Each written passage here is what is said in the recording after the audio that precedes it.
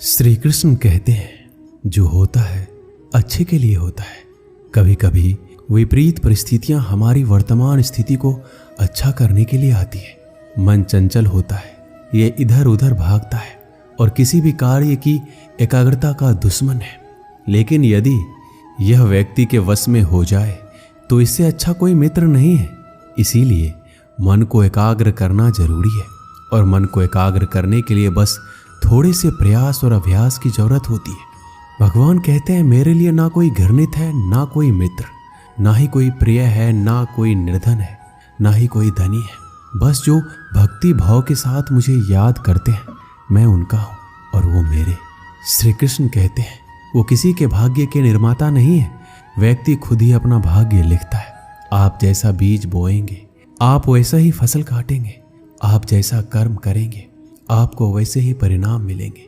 यदि विद्यार्थी मन लगाकर पढ़ाई करेंगे तो परीक्षा में सफल होंगे। इसीलिए हर व्यक्ति का भाग्य भी तभी बदलेगा जब वो अपना कर्म करेगा। भ्रम और संदेह से परे जब भगवान आपसे प्यार करते हैं तो आप हर चीज से प्यार करते हैं।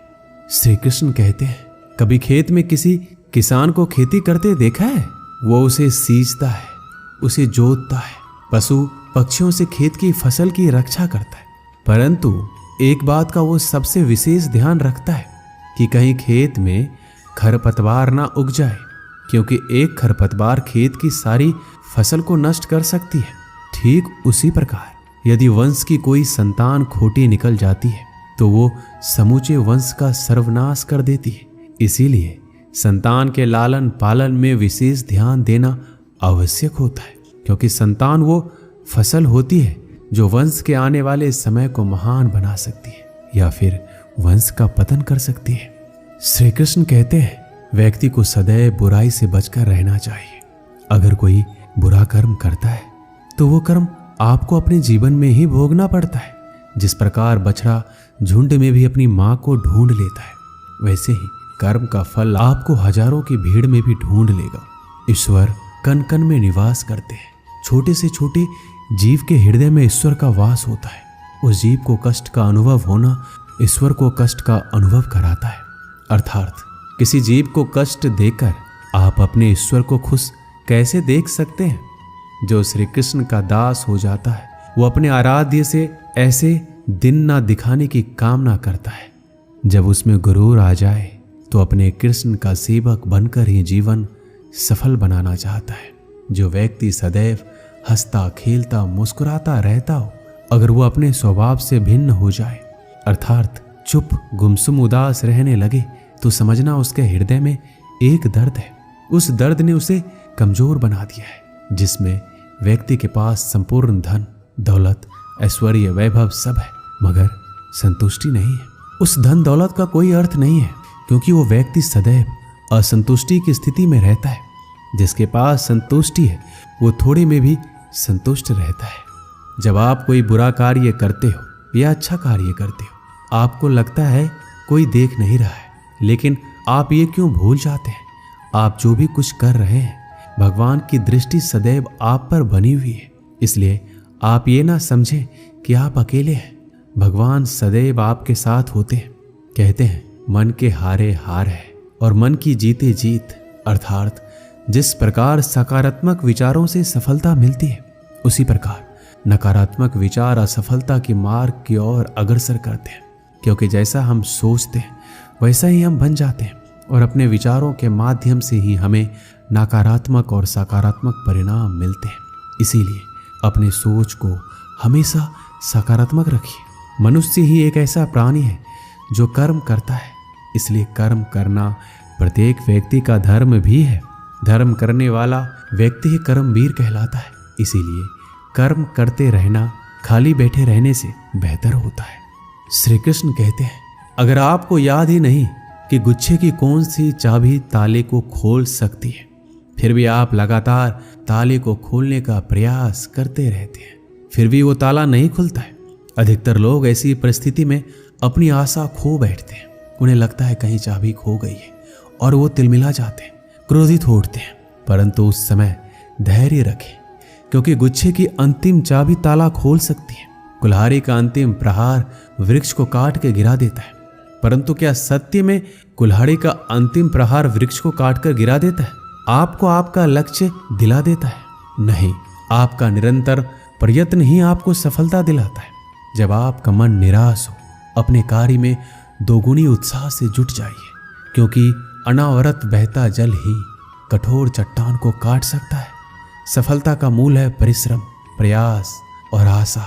श्री कृष्ण कहते हैं आपको पूरे धैर्य और भगवान पर विश्वास के साथ अपना जीवन निर्वाह करना चाहिए। लोग अक्सर सच कहने से बचते हैं या डरते हैं, पर सत्य कभी छुप नहीं सकता, ना ही कभी मिट सकता है। हम कितना भी छुपा लें, पर एक ना एक दिन सच तो उजागर हो ही जाएगा। इसलिए जो बात सच पर आधारित हो, उसे कहने या मानने से कभी नहीं डरना चाहिए। लोग अपने शरीर को सुंदर बनाने में लगे रहते हैं, पर आत्मा की सुंदरता शरीर की सुंदरता से कहीं ज्यादा महत्वपूर्ण है। शरीर तो नश्वर है, मिट्टी से बना है और मिट्टी में ही मिल जाता है, पर आत्मा अमर है। इसलिए आत्मा की सुंदरता पर ध्यान दो।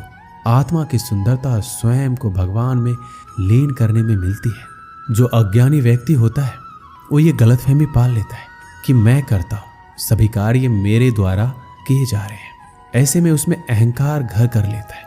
परंतु इस सृष्टि में जो भी हो रहा है सब कुछ भगवान के इच्छा से हो रहा है। अज्ञानता के कारण व्यक्ति में जब अहंकार जन्म लेता है तो उसका पतन होना निश्चित है। श्री कृष्ण कहते हैं मनुष्य का जीवन ऋतुओं के समान होता है। आज ग्रीष्म तो कल वर्षा, परसों शीत। तनिक संकट आया तो हम संयम खो बैठते हैं, तो तनिक ऋतु बदले तो हम अधीर हो जाते हैं। अपने आक्रोश, अपने क्रोध में हम उनसे ही संबंध बिगाड़ लेते हैं जो हमारे अपने होते हैं। क्यों ऐसा ही होता है ना?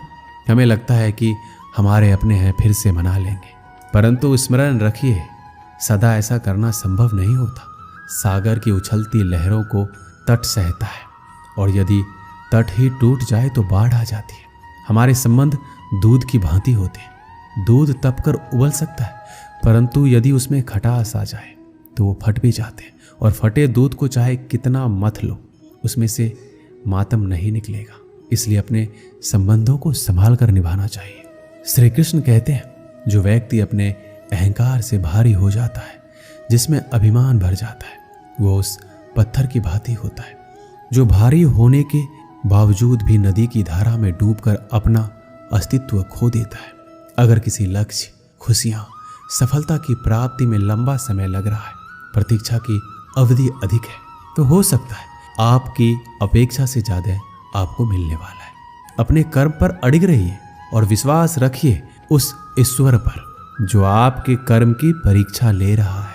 जो लोग जीवन को भूत और अतीत के भरोसे छोड़ देते हैं, उन्हें श्री कृष्ण सावधान करते हैं। जीवन का अर्थ ना भूत है ना भविष्य। जीवन केवल और केवल वर्तमान है। इसीलिए वर्तमान में अपने जीवन का आनंद उठाइए। श्री कृष्ण कहते हैं संगति या साथ, मित्र और साथी मनुष्य के व्यक्तित्व के लिए सबसे महत्वपूर्ण होते हैं। आप कहेंगे कैसे? मनुष्य अपने व्यक्तित्व के लिए उत्तरदायी होता है, परंतु मनुष्य संगति में ना चाहते हुए भी उसका व्यक्तित्व संगत की भांति हो जाता है। मान लीजिए एक पात्र में जल, दूसरे में दूध है और तीसरे में मलिन कीचड़ रखा हुआ है। यदि इस जल को दूध में मिला दें तो ये जल दूध बन जाता है, और यदि इसी जल को हम मलिन कीचड़ में मिला दें तो ये जल कीचड़ बन जाएगा। ऐसी कोई युक्ति नहीं कि जल बिना घुले मिले दूध या कीचड़ में अपना अस्तित्व बनाए रखे या उनसे अलग रहे। और ठीक ऐसा ही मनुष्य के जीवन में भी होता है। यदि एक गुणहीन व्यक्ति गुणवानों की संगत में बैठे तो उसे लोग क्या समझेंगे? गुणवान, सम्मान का पात्र समझा जाएगा। और यदि एक गुणवान व्यक्ति गुणहीनों की संगत में जा बैठे तो उसे भी तिरस्कार मिलता है। इसलिए अपने जीवन में सदैव संगति सोच समझकर सावधानी से चुनिएगा। श्री कृष्ण कहते हैं वो सब कुछ करो जो तुम्हें करना है, लेकिन लालच से नहीं, अहंकार से नहीं, वासना से नहीं, ईर्ष्या से नहीं, बल्कि प्रेम, करुणा और भक्ति के साथ। श्री कृष्ण कहते हैं नरक के 3 द्वार हैं, काम, क्रोध और लोभ। जो व्यक्ति कामी प्रवृत्ति का होता है, जिसके मन में लोभ होता है और जो अत्यधिक क्रोधी स्वभाव का होता है, उसके लिए नरक के द्वार सदैव खुले होते हैं। अर्थात ऐसे व्यक्ति को तो सिर्फ नरक में ही जगह मिलती है। मनुष्य सब कुछ चाहता है पर सब कुछ उसे नहीं मिल सकता। आपको जो नहीं मिला उसके लिए पश्चाताप मत करो, और जो आपसे खो गया, जो आपसे अलग हो गया, उसके लिए निराश भी मत हो। भगवान कहते हैं, मैं सभी प्राणियों के हृदय में स्थित आत्मा हूँ। मैं ही सभी प्राणियों का आदि, मध्य और अंत हूँ। समय एक सा नहीं रहता। आज दुख है तो कल सुख भी आएंगे, और सुख के बाद दुख आना भी स्वाभाविक है। श्री कृष्ण कहते हैं, मनुष्य भी बड़ा विचित्र प्राणी है। अपने से नीचे के स्तर के लोगों को हीन की दृष्टि से देखता है, उनका उपहास उड़ाता है, उनसे बार बार कहता है कि तुम्हारा कुछ नहीं हो सकता, तुम भविष्य में कुछ नहीं कर पाओगे। जब मनुष्य के पास धन, संपत्ति, मान, सम्मान होता है तो दूसरों का आदर नहीं करता, परंतु वो एक बात भूल जाता है कि उससे भी अधिक शक्तिशाली कोई अस्तित्व में है, और वो है समय। समय अपना चक्र कब बदलेगा ये कोई नहीं जानता। समय अपनी करवट कब लेगा ये कोई नहीं जानता। कोयला भी समय के साथ हीरे में परिवर्तित हो जाता है। इसीलिए जीवन में कभी भी किसी का उपहास नहीं उड़ाना चाहिए। श्री कृष्ण कहते हैं, निस्वार्थ कर्म को अपने जीवन में अपनाइए। जो विधाता की लेख में होता है उसी का फल हमें मिलता है।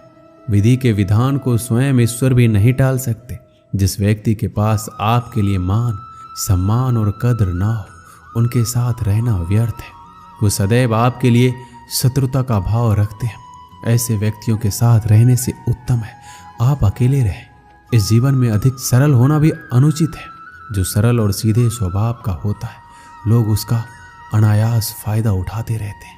अच्छी किस्मत के लोग थोड़ा भी बुरा होने पर भगवान को कोसते हैं, और बुरी किस्मत के लोग थोड़ा भी अच्छा होने पर भगवान का स्मरण और धन्यवाद करते हैं।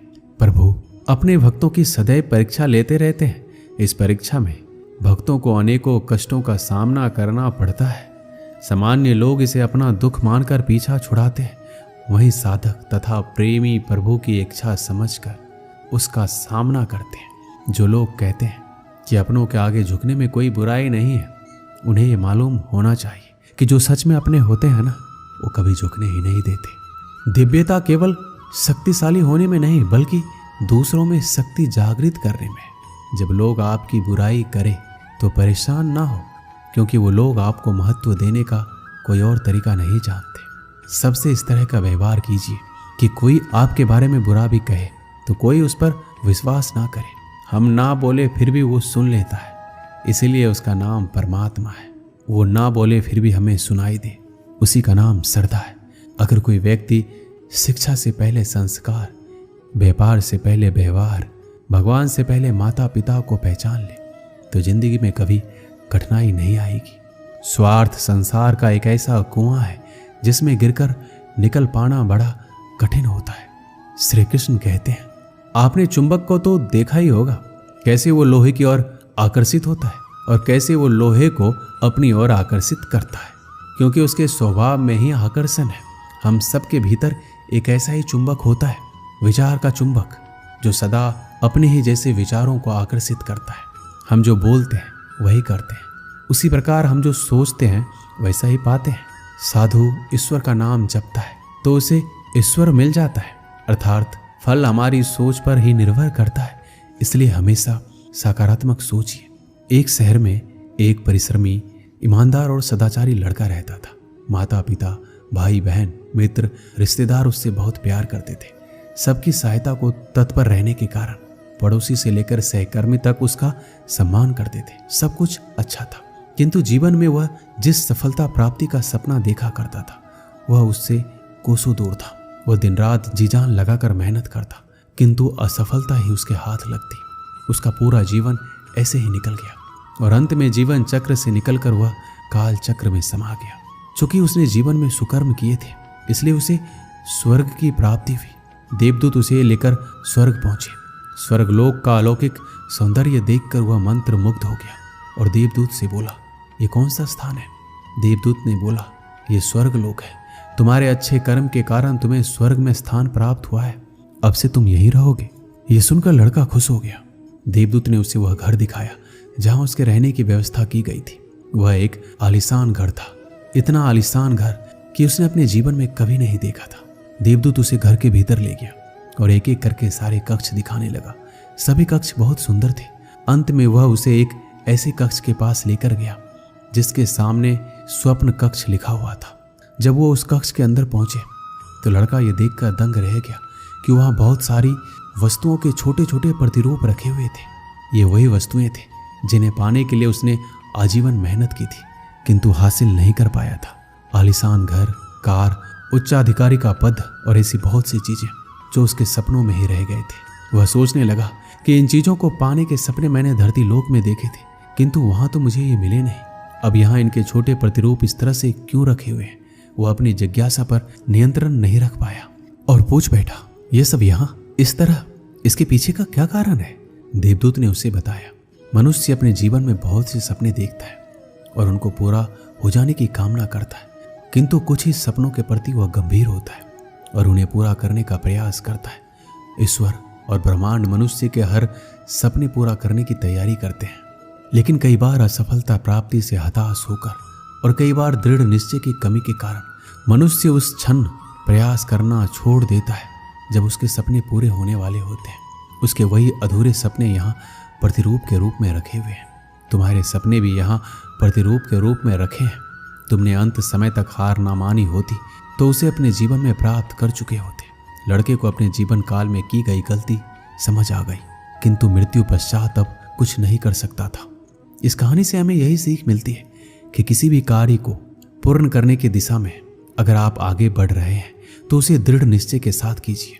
चाहे कितनी भी मुश्किलें क्यों ना आए, चाहे कितनी बार भी असफलता का सामना क्यों ना करना पड़े, अपने सपने को पूरा करने की दिशा में तब तक प्रयास करते रहेंगे जब तक वो पूरे नहीं हो जाते। अन्यथा समय निकल जाने के बाद ये मलाल रह जाएगा कि काश मैंने थोड़ा प्रयास और किया होता। अपने सपनों को अधूरा मत रहने दीजिए। दृढ़ निश्चय और अथक प्रयास से उन्हें हकीकत में तब्दील करके ही दम लीजिए।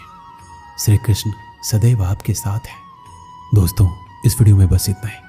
मिलते हैं अगले वीडियो में। अपना ख्याल रखिएगा। जय श्री कृष्ण।